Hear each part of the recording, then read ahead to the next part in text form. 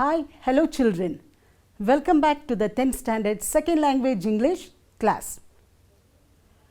I hope you all are fine and safe. Yes? Good. In today's session, let us go through the lesson There's a Girl by the Tracks, session 2. In the last class, children, do you remember we discussed about the motto of the lesson? Do you remember? Yes, what was the motto?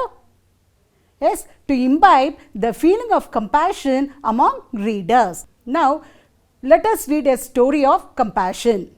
Are you ready, children? Shall we start? Okay, here we go with the story, the Buddha and an angry father. One day, the Buddha was in an assembly. A gentleman walked furiously towards him. He thought Buddha was doing something wrong, and he thought that if his children were engaged in business, they could make more money and be better off. So the father of that family was very upset, and he said, I am going to teach this man a lesson. So he came and looked at Buddha with furiousness.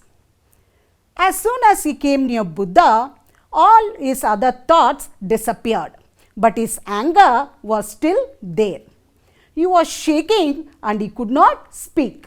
No words would come out of his mouth. So he spat on Buddha's face. Buddha simply smiled. All the other disciples around were gripped with anger. They were all so angry, but they couldn't react because Buddha was there. So everybody was holding their lips and fists tight. And this man could not stay longer. He spat, and a few moments later he thought, if I stay longer, I will burst out. So he ran away. When Buddha did not react or say anything and just smiled, this man could not sleep the whole night. It was the first time in his life he met somebody who would just smile when he spat on his face. He underwent such a transformation. The next day he came and fell at Buddha's feet and said, please pardon me, I don't know what I did. Buddha said, I cannot excuse you. Now the disciples were shocked. Buddha was so compassionate, he always excused everybody. Now he said he cannot excuse him. Not possible. Buddha had to explain because everybody was in a state of shock. Buddha said, well, why? You didn't do anything, so how can I excuse you? What did you do? What wrong you have done? The man replied, yesterday I spat in your face. I am the same person. So Buddha replied, that person is not here now. So to me, right now, to this person who is here, you are wonderful. You have never done anything wrong. Did you listen to the story, children? Wasn't it good? Yes. Now what did you learn from this lesson? We come to know that if a person does something harm to us, we are not supposed to punish that person. Okay, we have to make him realize that what he has done is wrong. Okay, only then he can become a better person. That is what, according to Buddha, is compassion. Yes. Now let us move on to the content words and their meanings, because once you know the meanings of the content words, it will be very easy for you to understand the lesson. Now here I want you to have a notebook and a pen with you. As you come across the content words and their meanings, I want you to note it down in your book. Okay. Now the first content word is fluttered. The meaning of the word fluttered is opened slightly. Now look at this picture, children. What do you see? It's a picture of a rabbit. Now watch the rabbit carefully. Yes. What did the rabbit do? The rabbit's eyelids began to flutter. The next content word is blackout.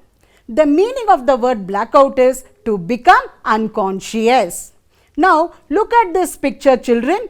Yes, it is a picture of Roma lying on the tracks. When she fell on the tracks, she got hurt on her head and she became unconscious.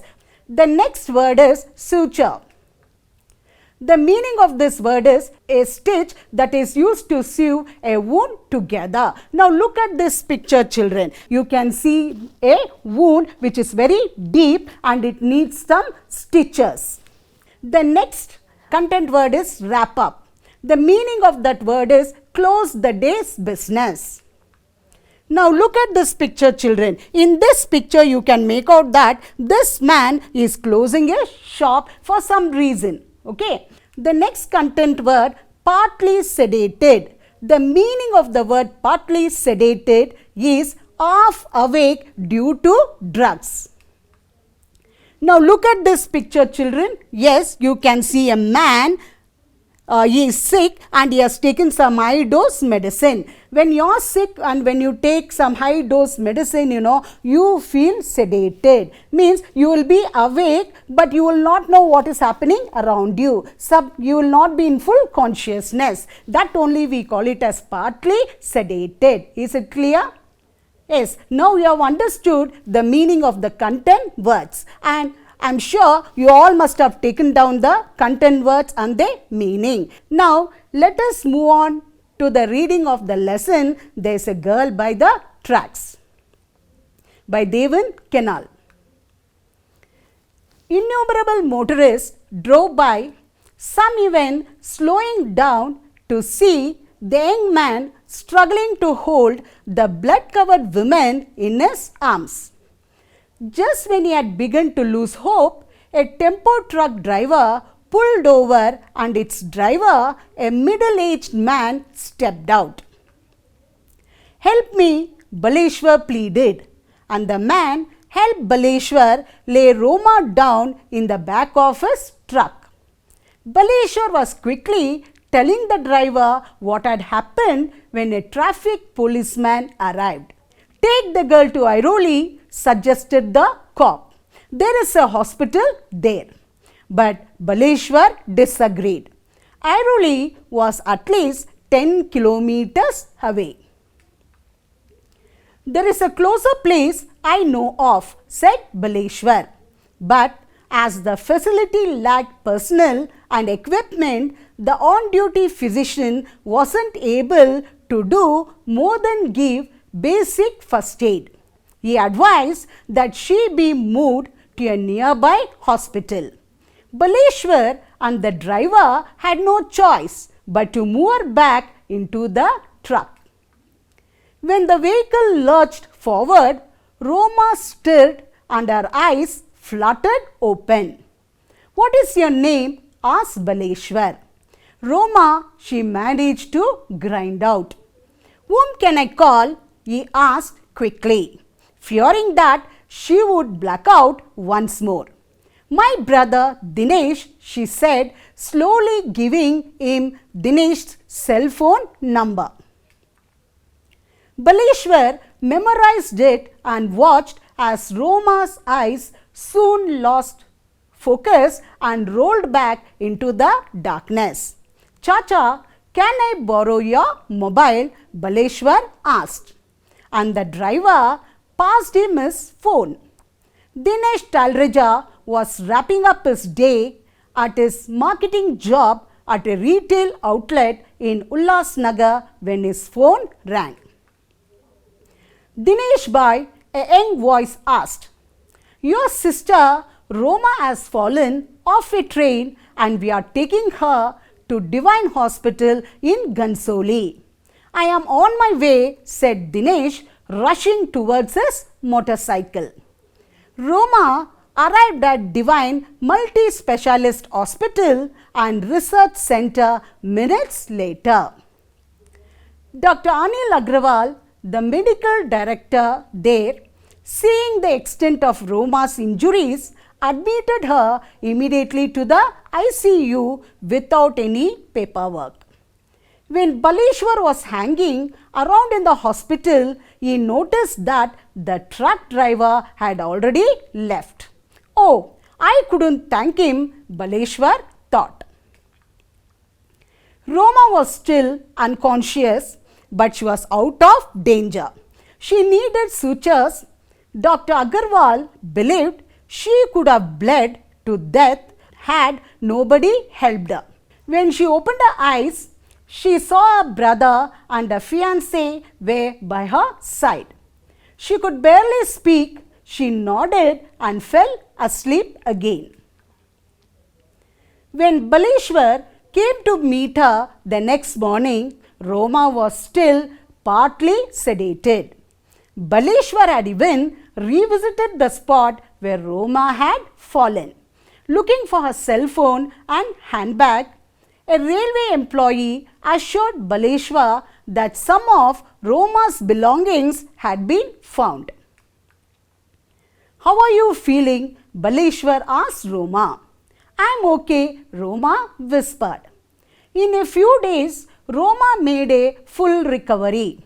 I can't imagine what would have happened if Baleshwar hadn't been there, she says, amazed to learn of the manner in which she had been rescued. I think it's astonishing that a stranger would jump off a train and risk his life for me. I can never repay Baleshwar. I am new to Mumbai, but I have noticed that people here are afraid, says Baleshwar, who is still looking for a job. They fear getting trapped in the courts or with the police. So, why did he do it? She needed help. Baleshwar puts it simply. That day it was Roma.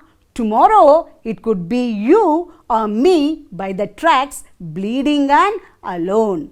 Wasn't he correct, children, in saying that? Because that day it was Roma who had met with an accident. But any day, tomorrow, it can be somebody else. It can be anybody. So at that time, when you get hurt, somebody should come to your help. For that sake, whenever you see somebody hurt on the road or injured, immediately you have to go and take care of those people. Is it clear, children? I hope you will do it. Okay. Did you understand the lesson, children?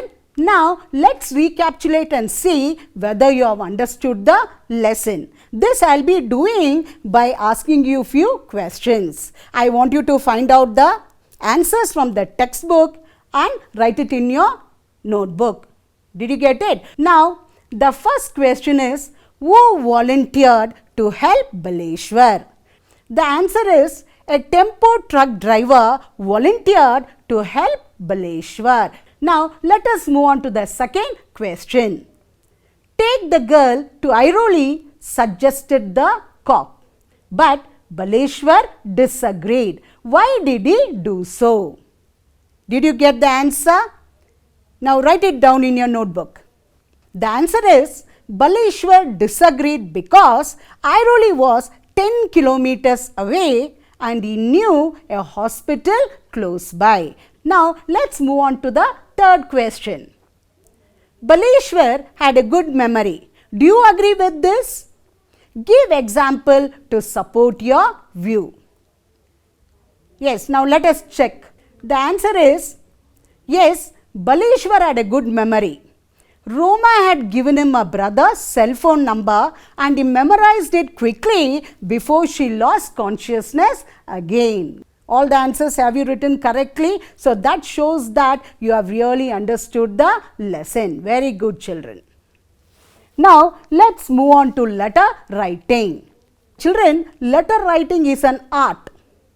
And every educated person should know this art of writing letters. Now, let us know about the different types of letter. There are two types of letter. One is formal and the other one is informal letter. And now, what is a formal letter? To whom do you write a formal letter? Yes, a formal letter will be written to an official, secretary, manager, headmaster or principal. Then, what is an informal letter? To whom do you write an informal letter?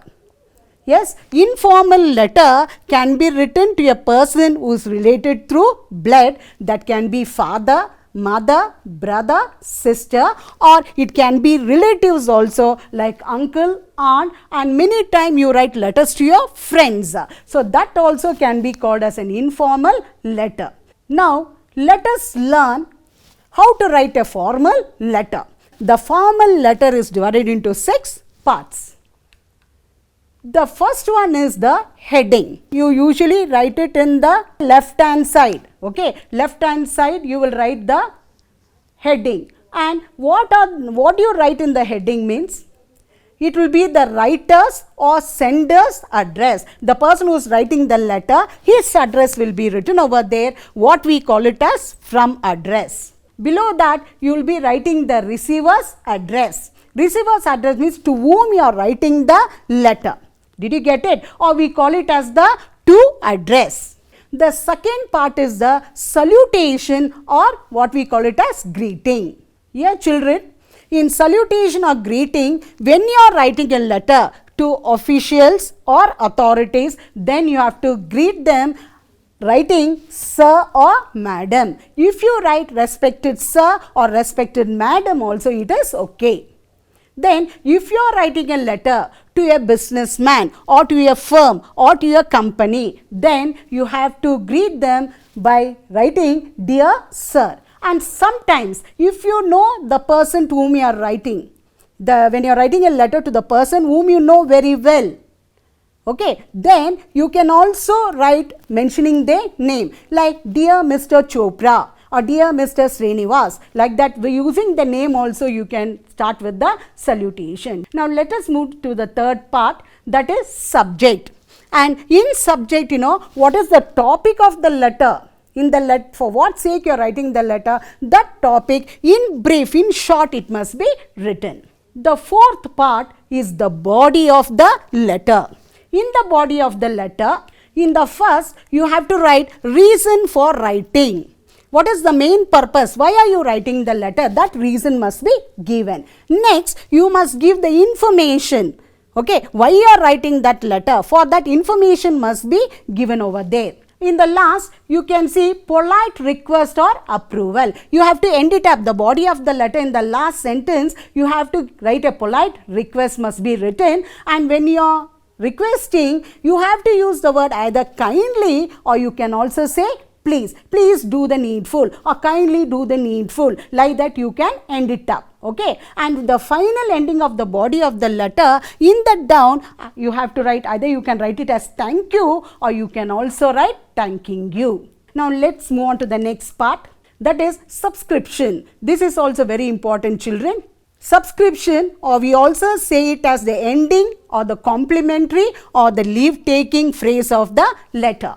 Here, when you have written the letter to an authority, to an officer, at that time, how do you write the subscription? Means you have to write yours faithfully, or you can also write it as yours truly. Got it? And here one point you have to remember is, when you are writing that yours, Y must be in capital, and after R, there must not be apostrophe, comma must not be put over there. Did you get it, children? That's very important. Y must be in capital and apostrophe after R, it should not be put. And the second word, the first letter, faithfully, F must be in small letter. Did you get it? And yours truly, T must be in small letter.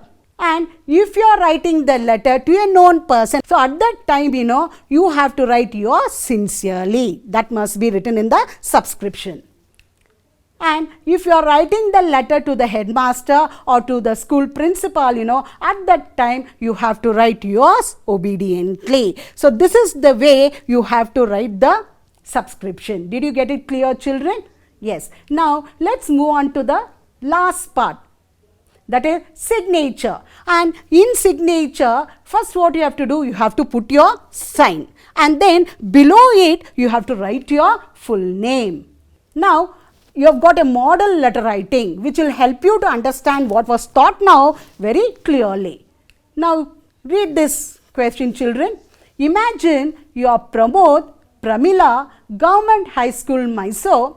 write a letter to the headmaster of your school requesting him or her to issue you the transfer certificate. So, it's a formal letter. Here you have got, in the beginning you have written. So, who is writing the letter? Premila is writing the letter to the headmaster. So, in the beginning, in the heading part, you have got Premila, Government High School, Mysore. Okay, that we call it as from address. Now, as I am doing it, take it down in your notebook, children, and leave one line, then write date. Mention the date over there. And after mentioning the date, leave one line, and in the next line, write to whom you are writing the letter. You are writing the letter to the headmaster. So, because of that, you have to write the headmaster, Government High School, Mysore. Okay, that will become the to address. Now, it is the salutation. So, you are writing it to your headmaster. So, respected sir. That will become the salutation, and next is the subject. And what is the purpose? Why are you writing the letter to the headmaster? Requesting him to issue you your TC. Then next is the body part of the letter. In the body part of the letter, before itself I said reason must be given. So, how will you write the reason? With regard to the above subject, I, Premila of Government High School, Mysore, request you to issue me TC. Did you get it, children? So, that is the reason. Now, in the next, why is she asking the TC? That information you have to give. That is for continuing my studies. Did you get it? And finally, in the last, in a polite way, she is asking the headmaster to give her the TC. How are you supposed to write over there? You have to write using the word kindly or please. So, it is given over there, kindly do the needful. Did you get it, children? So, this is the way how you have to write the body of the letter. The body of the letter will end up with writing thanking you. Next will be the subscription. As it's a letter written by a student to the headmaster, the subscription column you will write yours obediently. Then leave one line and then come to the signature. There you have to sign, and then below that you have to write the full name. So, this is the way how you have to write a formal letter. Is it clear? Now, let's move on to phrases. Phrase is a group of words. What is phrase, children? Yes, it is a group of words. A phrase, usually it does not express a complete thought. When you read a phrase, the complete meaning you will not get at all. Is it clear? For example, look at this picture. In this picture, you can see some shells, big and small. So, you have got some words here, big and small shells. When you read this word, big and small shells, you will not get a complete meaning. You come to know that there are some shells which are big and small. Okay, that's all, but it doesn't give a complete sense. So, if you want to get a complete meaningful sentence, what you are supposed to do means you have to add some more words or phrases to make it a meaningful sentence. Like for example, here it is given, big and small shells were scattered here and there on the beach. So, for that big and small shells, some more words and phrases are added which helps us to know the sentence in a very meaningful way. Now, let us know about the different forms of phrases and let us learn one by one. Here, look at this picture, children. In the first picture, you can see two boys, Tom and Harry. They are both brothers. In the second picture, you can see two girls. They are very good friends. Did you get it? So, here, Tom and Harry and my best friend. In this group of words, Tom and Harry and friend, they are all noun. Okay, and when you use a noun and make a phrase, then it is called as a noun phrase. Is it clear? Yeah, okay. Now, let us move on to the next. Look at this picture, children. In this picture, what do you see? It's a beach, and on the beach, you can see many shells. And where are the shells? They are scattered everywhere here and there. And it can be seen very clearly. Okay, and in these words, where scattered can be seen, that word scattered and seen, they are all verbs. So when you use a verb and form a phrase, then you call it as verb phrase. Now let us move on to the next type of phrase. Look at this picture, children. What do you see? Yes, you see beautiful colorful shells. Yes, many colorful shells, and they are all pretty and delicate. Now in this group of words, colorful, pretty, delicate, what do you call them as? Yes, they are all called as adjectives. So when a phrase is formed using an adjective, then we call it as adjective phrase. The next one is, look at the first picture, children. Can you identify the monument? Yes, what is that? Yes, it is Taj Mahal, one of the wonders of the world. Isn't it amazingly beautiful? Yes. And in the second picture, you can see a boy watching carefully the chess board. In these words, amazingly and carefully, they are all adverbs. And when you form a phrase, they are called as adverb phrase. Now coming to the next one, you can see underwater picture. You can see the underwater picture, and in that picture, you can see many marine plant and animal life. Can you see it? And in the next picture, you can see it's a picture of a beach where you see many different kinds of shells. So here, underwater, the word under, and on the beach, the word on, they are all prepositions. And when you form a phrase using prepositions, then it is called as prepositional phrase. Is it clear, children? So this is about phrases. I hope you would have understood it very clearly. What is a phrase and which are the different type of phrases. Now let us move on to home assignment. So the first assignment is, the Dalai Lama says love and compassion are the true religions to me. But to develop this, we do not need to believe in any religion. Does this relate to the lesson, There's a Girl by the Tracks? How? You all know who is Dalai Lama, children? Yes, he is the spiritual leader of Tibet. The next assignment is its reference. So now the first reference to context is, Chacha, can I borrow your mobile? So based on this sentence what is given, you have got three questions. Take it down, children. The first one is, who wanted the mobile? The second one is, why did he want the mobile? The third one is, what had happened to Roma? Okay, understand this sentence and then answer the questions. Now let us go to the third assignment. I can never repay Baleshwar. So read that sentence properly, then answer these questions. Who said these words? Who is Baleshwar? Why can't she repay? Did you get it? You have to find the answers for all these questions. Now you have got a fourth assignment based on the letter writing what I taught. Imagine your Rahul, Rupa of Government High School, Hassan, write a letter to the editor, Times of India, focusing on the problems of bad roads in your locality. It's a formal letter, children. Now I come to the end of my session, and before I sign off, children, don't forget, go to page number 23. At the top, you have got the QR code. So don't forget to scan the QR code for extra information related to this lesson.